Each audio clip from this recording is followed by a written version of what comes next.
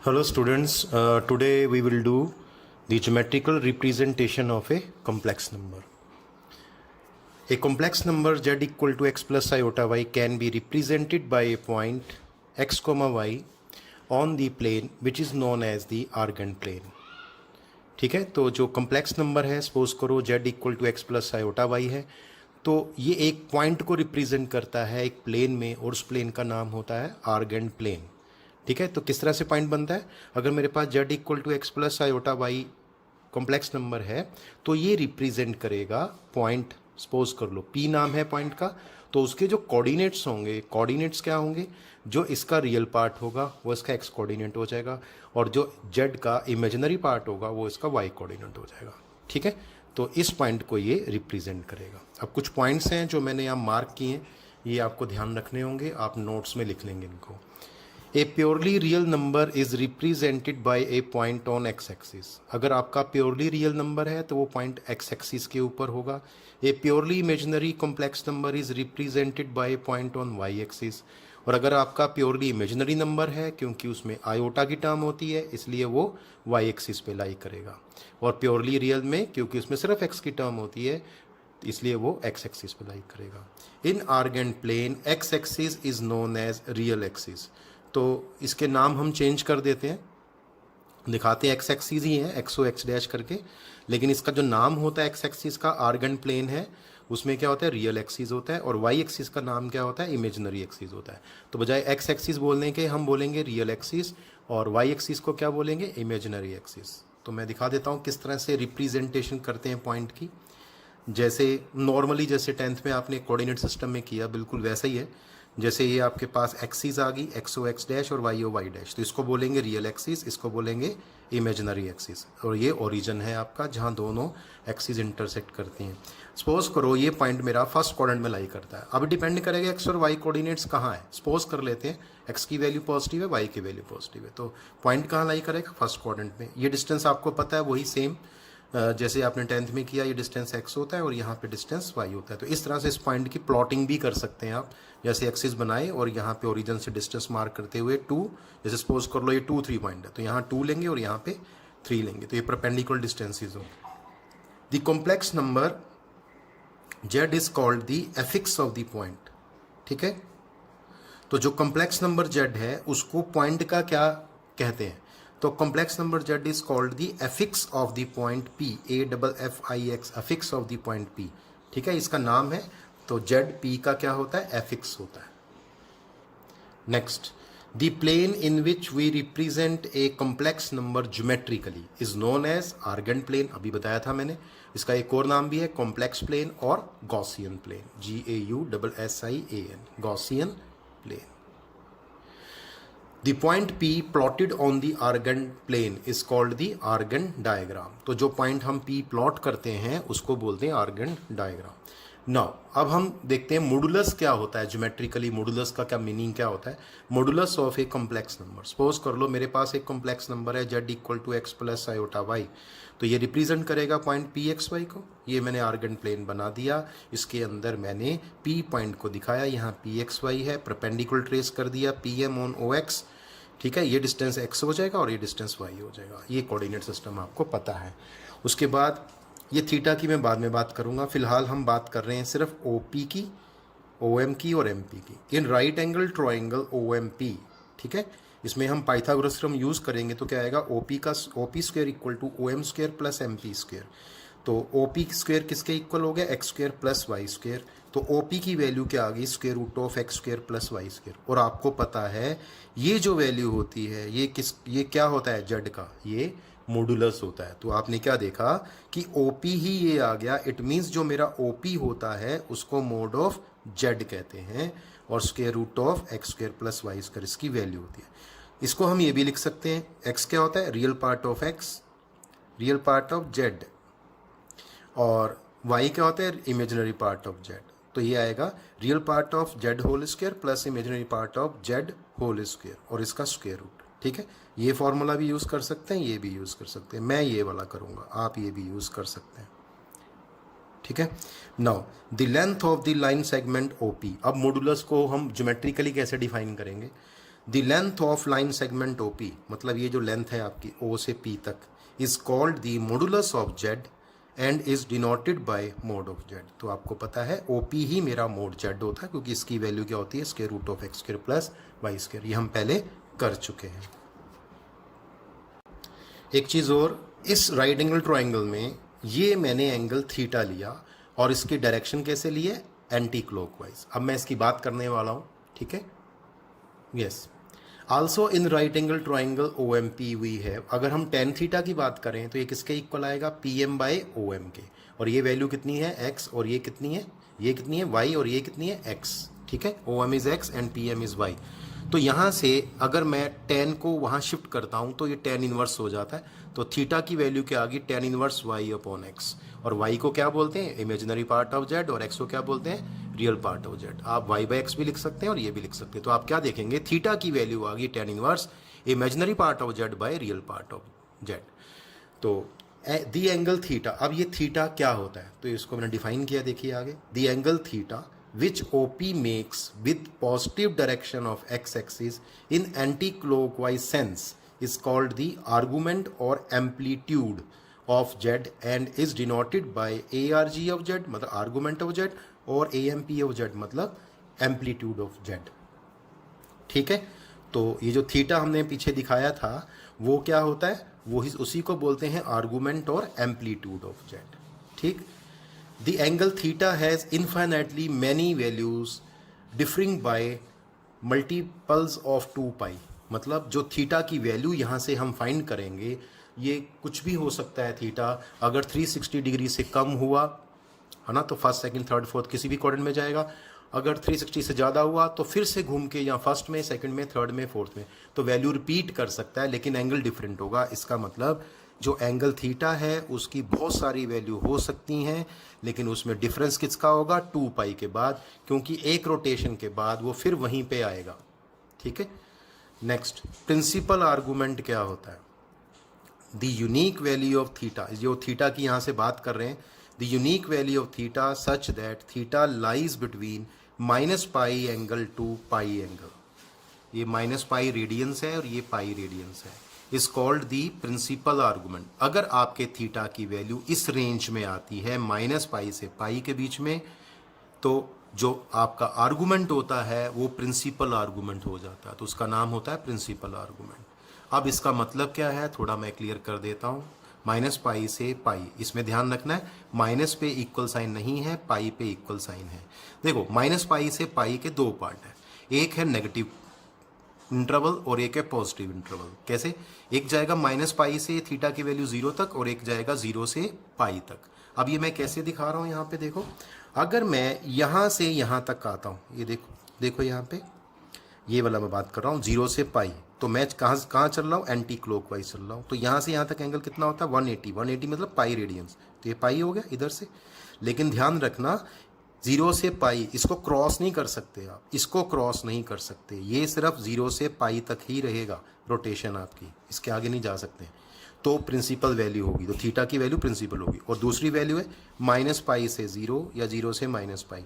तो अब ये नेगेटिव एंगल है तो कैसे चलना होगा, क्लॉकवाइज। तो यहाँ से हम कहाँ तक जा सकते हैं, माइनस पाई तक, ये रहा आपके पास माइनस पाई। तो इधर से भी पाई आएगा, इधर से चलेंगे तो माइनस पाई आएगा, ठीक है। तो इसका मतलब ये है, या अगर आपके एंगल की वैल्यू इस रेंज में है, सिर्फ इसी रेंज में, दोबारा घूम के नहीं आना आपको, ठीक है, और या इस रेंज में है, तो वो जो वैल्यू होगी वो प्रिंसिपल आर्गूमेंट की वैल्यू होगी। ठीक हो गया यहाँ पे। एक चीज़ मैं आपको क्लियर कर देता हूँ, अभी मैं जो बात कर रहा था कि इसमें ये डिफ़र करता है जो है ना, in theta has infinitely many values differing by multiples of 2 pi. इसका क्या मतलब है, जैसे आपने देखा होगा ये मेरे पास एक लाइन है, सपोज करो ये पॉइंट है P, ठीक है, और यहाँ पे एंगल मेरे पास π/4 है। तो अगर मैं यहाँ से कोई वैल्यू निकालता हूँ, ठीक है, तो tan थीटा की वैल्यू तो 1 आएगी क्योंकि tan π/4 हो गया। अब ये लाइन रोटेट करके फिर वापस आती है, तो आप क्या देखेंगे, ये एंगल हो जाएगा 2 पाई प्लस π/4। तो अब आपने किया हुआ है light angle, tan 2 pi plus theta क्या होता है, tan थीटा। तो आप देखेंगे यहाँ फिर वैल्यू 1 आ गई। इसका मतलब मेरा आंसर ये भी हो सकता है, ये भी हो सकता है, एक और रोटेशन हो सकती है, एक और रोटेशन हो सकती है। तो ऐसे इनफिनिटली मैनी आंसर्स हो सकते हैं थीटा के, आर्गूमेंट के। लेकिन ध्यान रखना है आपको, ये जो मैं यहाँ पे प्रिंसिपल आर्गूमेंट की बात कर रहा हूँ ये यूनिक होगा, या तो इस तरह इस रेंज में से होगा या इस रेंज में से होगा, ये हमेशा यूनिक होता है। लेकिन अगर सिंपली आर्गूमेंट की बात करें तो ये इनफाइनाइट हो सकती हैं इसकी वैल्यू। जनरली हम प्रिंसिपल आर्गूमेंट की ही बात करते हैं, क्योंकि प्रिंसिपल आर्गूमेंट ही होता है। तो प्रिंसिपल आर्गूमेंट कैसे निकालते हैं इसकी बात करते हैं। तो ये हमारे पास हेडिंग है, principal argument of a complex number when complex number lies in different quadrants. तो डिफरेंट क्वाड्रेंट्स में अगर हमारा कॉम्प्लेक्स नंबर लाई करता है तो प्रिंसिपल आर्गूमेंट कैसे निकाला जाता है। तो case 1, when z equal to x plus iota y, x positive and y positive, मतलब कौन सा क्वाड्रेंट हुआ, फर्स्ट। तो अगर आपका z फर्स्ट क्वाड्रेंट में लाई करता है तो प्रिंसिपल आर्गूमेंट की वैल्यू क्या होती है। तो देखिए ये मेरा p पॉइंट हो गया, ठीक है। z equal to x plus iota y ने पॉइंट को रिप्रेजेंट किया पी एक्स वाई, ठीक है। यहाँ से परपेंडिकुलर ट्रेस कर दिया पी एम, और ये डिस्टेंस आपका x हो जाएगा, ये y हो जाएगा।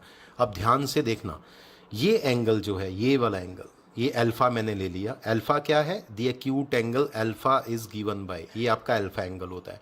अभी लास्ट में हमने देखा था, ठीक है, तो जो अल्फा की वैल्यू आई थी, टेन अल्फा की वैल्यू आई थी y बाई एक्स। तो आपको ये क्या याद रखना है, अल्फा मेरा एक्यूट एंगल है, तो अल्फा की वैल्यू आएगी tan inverse mode of y by x. ये मोड क्यों लगाया, ताकि ये आपके पास टेन, अगर मैं इसको इधर लेके जाऊं तो टेन अल्फा की वैल्यू हमेशा क्या रहनी चाहिए, पॉजिटिव। क्यों, टेन अल्फा पॉजिटिव कहाँ होता है, जब एंगल एक्यूट होता है। तो ये एक्यूट एंगल अल्फा की वैल्यू है ten inverse y by x, मैं अभी बताऊंगा आपको यहाँ पे।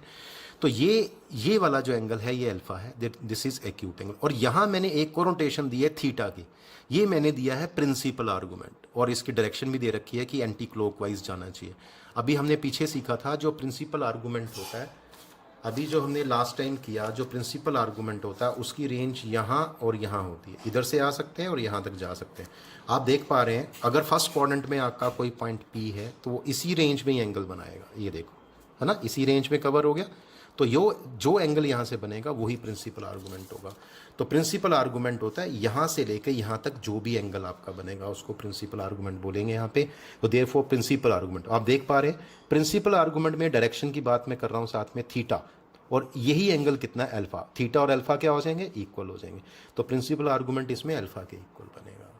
अब केस 2 लेते हैं, when z equal to x plus iota y, यहाँ x की वैल्यू नेगेटिव है और y की वैल्यू पॉजिटिव है।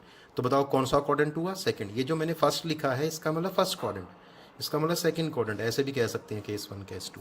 अब यहाँ पे क्या होगा, ध्यान से देखने वाली बात है, P पॉइंट मेरा कहाँ लाई करेगा, सेकंड क्वाड्रेंट में। अगर ये सेकंड क्वाड्रेंट में है, ठीक है, P पॉइंट ये जो मैंने यहाँ पे दिखाया था, तो यहाँ मैं एक्स वाई लिख सकता हूँ, ठीक है। अब ये वाला एंगल जो है ये एक्यूट एंगल होगा अल्फा, लेकिन हमारा जो आर्गूमेंट होता है वो कहाँ से स्टार्ट होता है, वो positive direction of x axis से स्टार्ट होता है। एक्स एक्सिस की पॉजिटिव डायरेक्शन से स्टार्ट होगा यहाँ से, और इस लाइन सेगमेंट तक जाएगा।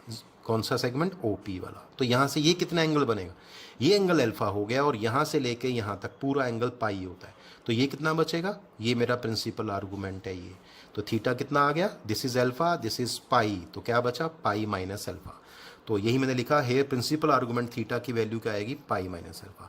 तो अगर आपका कॉम्प्लेक्स नंबर सेकंड क्वाड्रेंट में होता है तो प्रिंसिपल आर्गूमेंट की वैल्यू क्या होती है, theta equal to pi minus alpha. First में क्या होती है, थीटा इक्वल टू अल्फा।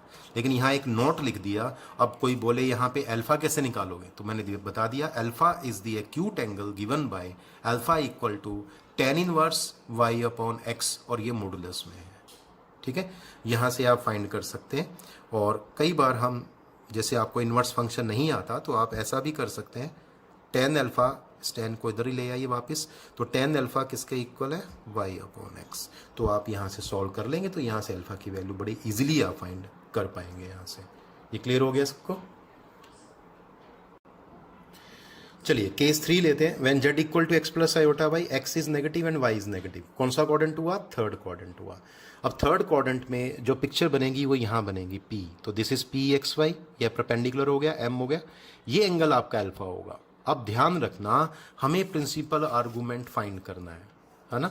और इस केस में ये रहा P, OP ये रहा, हमें यहाँ तक आना होता है। हम यहाँ तक कैसे आ सकते हैं? यहाँ तो हम इधर से आ सकते हैं, यहाँ से शुरू करना है आपको यहाँ से, और यहाँ आप ऐसे आ सकते हैं।